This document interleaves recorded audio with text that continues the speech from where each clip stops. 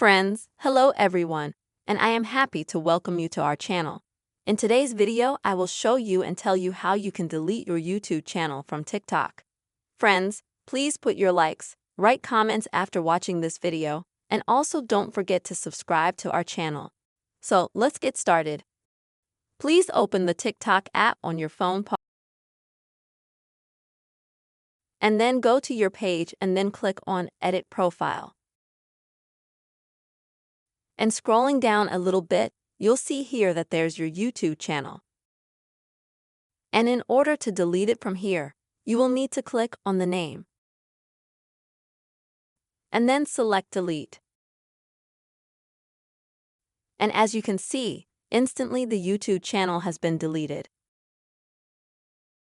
And now in the description of your TikTok, it's also gone.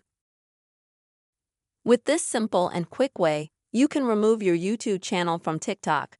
I really hope this video helped you and was helpful. Please, friends, put your likes, write comments, and don't forget to subscribe to our channel. See you soon.